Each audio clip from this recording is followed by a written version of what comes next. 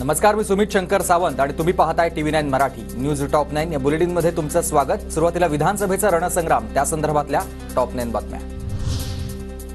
देशाला अस्थिर करण्याच्या षडयंत्रामध्ये महाविकास आघाडी सहभागी होऊन वोट जिहाद करत असेल तर धर्मयुद्ध लढावं लागेल। भाषणात नोमानींचा व्हिडिओ दाखवत फडणवीसांचा विरोधकांवर हल्लाबोल। कसला वोट जिहाद? फडणवीसांना उपचाराची गरज आहे। संजय राऊतांची फडणवीसांवर टीका, तर पाकव्याप्त काश्मीर मणिपूरमध्ये जाऊन तिरंगा फडकवा, राऊतांचं फडणवीसांना आव्हान।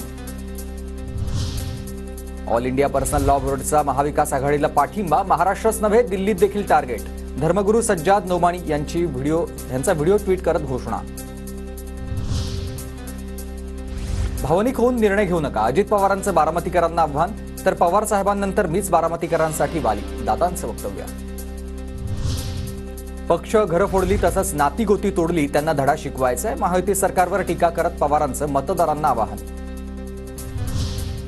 सुप्रिया सुळेंचा इंटरेस्ट महाराष्ट्रात नाही तर संसदीय राजकारणात आहे। अजित पवारांसोबत नाहीत, आता सुप्रियांना मुख्यमंत्री करणार का या प्रश्नावर पवारांकडून सुप्रिया सुळे मुख्यमंत्री पदाच्या शर्यतीत नसल्याचे संकेत।